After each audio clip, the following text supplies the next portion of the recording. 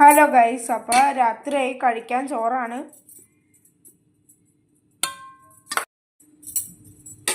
പിന്നെ കടലക്കറി ഉണ്ട്.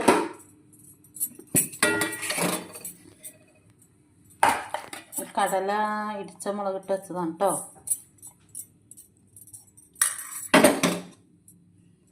പിന്നെ മീൻകറി ഉണ്ടല്ലോ.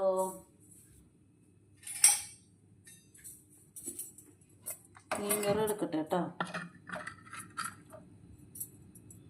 കിളിമീൻ കറിയാണേ.